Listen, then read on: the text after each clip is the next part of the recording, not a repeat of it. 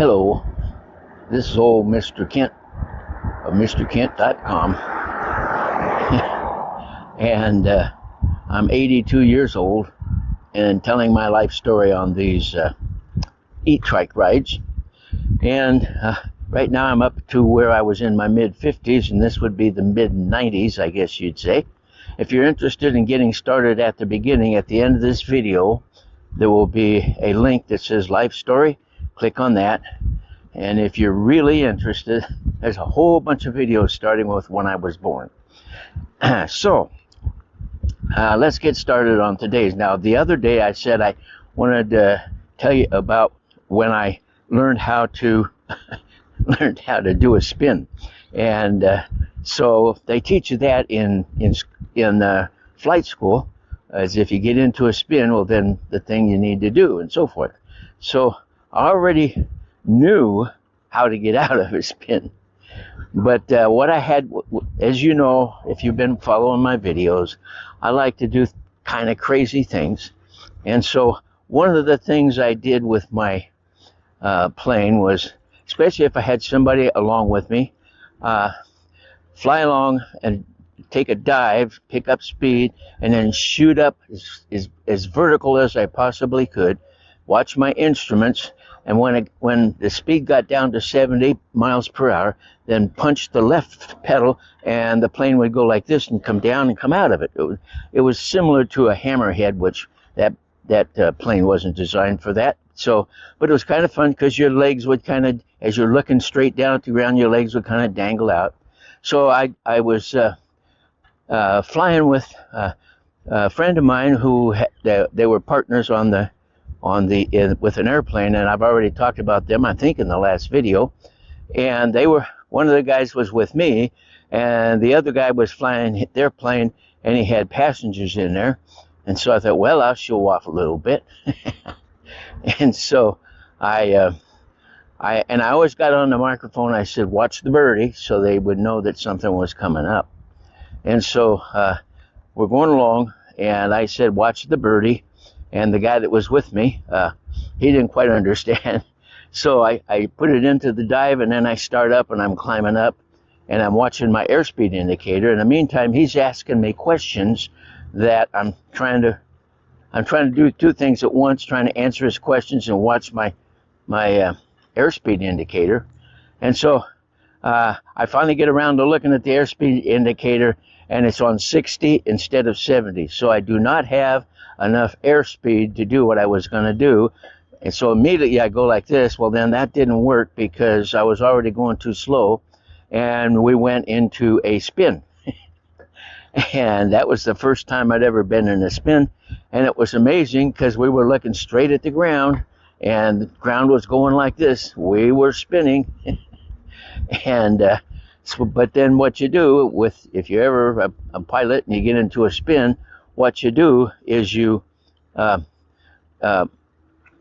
if you're spinning to the left, you hit right rudder, and then you push forward on the yoke so that you're aiming down instead of trying to go up. So then it puts the plane into a straight down dive, and then you pull out of the dive and you're okay.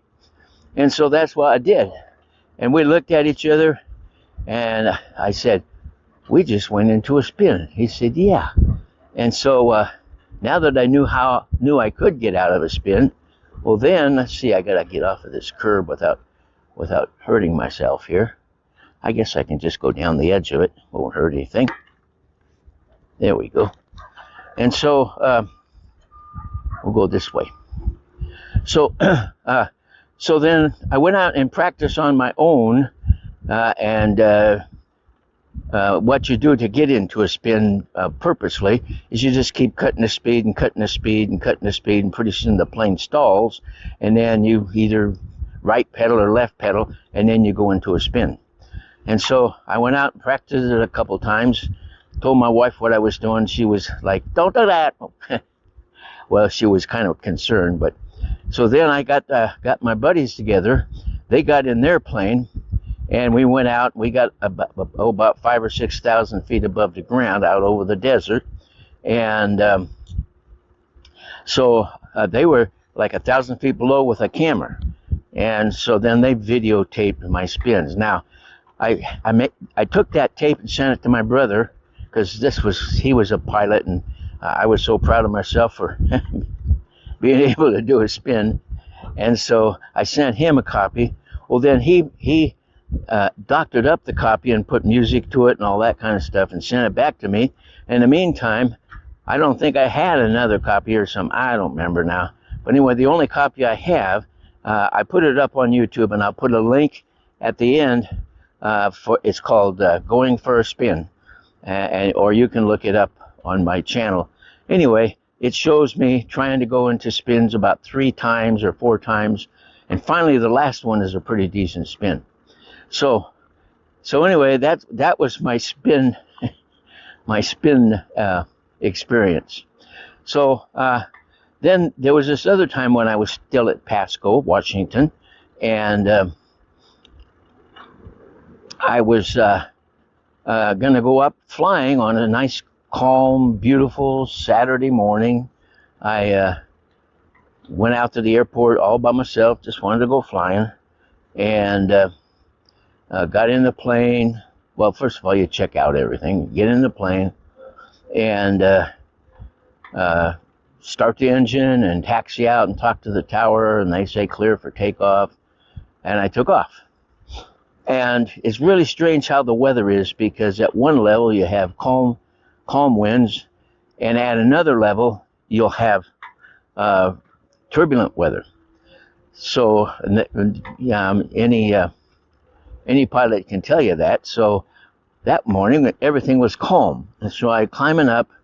I got to about 3,000 feet, and all of a sudden I hit some turbulence that was throwing me off of my seat and down again. And I thought, I forgot to fasten my seatbelt.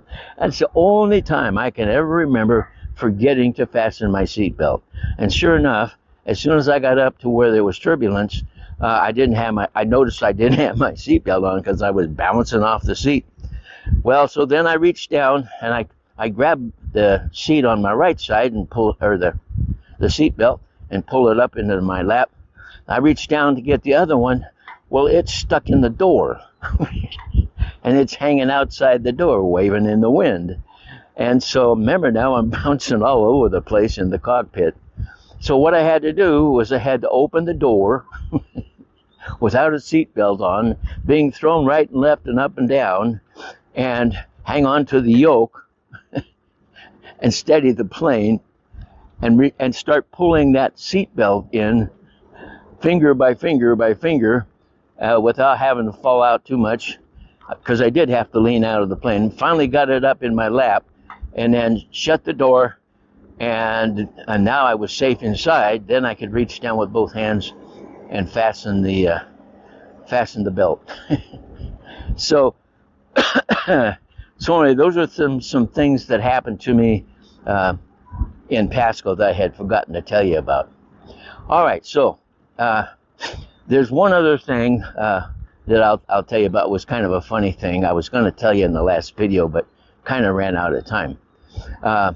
My wife's folks lived in Lewiston, Idaho. We lived in Pasco, Washington. And as a crow flies, or an airplane flies, it was about 100 miles away. And so we'd load up the family, and we'd go over and visit Grandma and Grandpa, and then come home. Well, eventually, my wife's father passed away. And so when he passed away, well, then Grandma decided, I think I could probably go for a ride. And so I would go over and pick her up and take her, or bring her back to Pasco and take her home again. And we'd fly over that north end of the Blue Mountains, straight line. We did that a bunch of times, and so she was used to the fact that when you're up in the air, thousands of feet, the ground is hardly moving down below. Pardon me. And so this one time I decided, okay, it was a nice day, and I had my wife in the front seat with me, and one of our kids went with us, and then we picked up Grandma. And instead of going over the Blue Mountains, I decided, let's just follow the Snake River. We'll stay about 200 or 300 feet off the river. We'll have banks on this side and banks on this side, and just fly down that canyon. And it only takes 5 or 10 minutes more going that way than going straight, so wasn't no big deal. And I keep getting this frog in my throat. But anyway, and so we decided we'd fly down the Snake River. So Grandma's in the back seat, and she's sitting straight behind me. I'm flying, and she's got a space between me and my wife where she can see the instrument panel. And so as we're flying along, and she's looking out at the side. Now remember, everything's going by a little bit faster, but not fast, just, I don't know how to explain it. Anyway, it's moving by as if you were going in a car and looking out over a field or something like that. Excuse me. So we go along, and we finally get to Pasco, and it usually takes us about an hour. This time it took us about an hour and 15 minutes. And I said, well, there's the field down there, Grandma. And she said, well, how'd we get here so fast? And I said, well, what do you mean? Well, she had been looking at the tachometer, and on the tachometer, it tells you the RPM, revolutions per minute. And usually I flew my plane between 2,300 and 2,500 RPM. And so that the needle was like between, 20 and 25. And so she says, well, I know we weren't going fast, but how do we get there so soon when we're only going just about 25 miles an hour? She thought that was the speedometer. Anyway, so oh, I'm sorry. Maybe I got it that time. Anyway, so she thought it was the speedometer, and I suppose it felt just like we were just cruising along, down the river on the road. So that was kind of funny. I mean, to me it was funny. I don't know how it is to everybody else, but all right. So those are some stories I forgot to tell you when I was in Pasco. And of course, by now, if you've been following my channel, I've already moved up to Spokane in 1995, and we rented a house for a year, and then in 1996 we bought a house, and I'll show you the picture of that house that I got from Google Earth. I had other pictures somewhere that I've taken, because by now we had cameras on our phones. So, but anyway, so we're just going to have to go with the pictures that Google gives us. And so we lived there, and one of the things about that house, I'm going to run out of time here pretty soon, but one of the things about that house is it really needed to have a new roof. And so I decided, well, we'll put a new roof on. Well, when I was, the first house I recovered the roof, re-roofed, I was young, in my 30s, and I would just carry a bundle of shingles on my shoulder and climb up the ladder, and put it on the roof where it was needed and so forth. And so that's what I would do then. Now, in my mid-50s, I can't do that. So I made this machine, I call it a machine, 2 12-foot 2x4s that I made as a rail that I could lean against the house. And then I made a rack that would travel up and down that rail.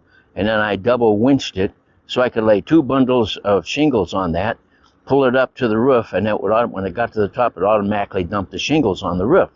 And so then I'd go up, move the shingles where I wanted them, and that was pretty cool. Anyway, back in Spokane, Washington, you couldn't put, I think you could put 3 layers of shingles on your roof, and that was it. So when I started removing the shingles, I think it might have had 4 already or 3. Anyway, it had the original cedar shingles underneath a couple of other layers of asphalt shingles. And so I had to remove all of that and then lay OSB board. And then the the cedar shingles, they were nailed down to the slats. I'll give you a picture. It's not that house, but that's how they used to do it. You nail them to the slat and then make the bottom row, and then put the next row on top of that, and the next row on top of that, and they would overlap. So I had all those shingles to remove from the whole. Had a big pile of garbage in my backyard, and then I would. Then I started putting OSB board, and I had a little mechanical way of getting the OSB board up on the roof too. I couldn't carry that up the ladder. Anyway, so and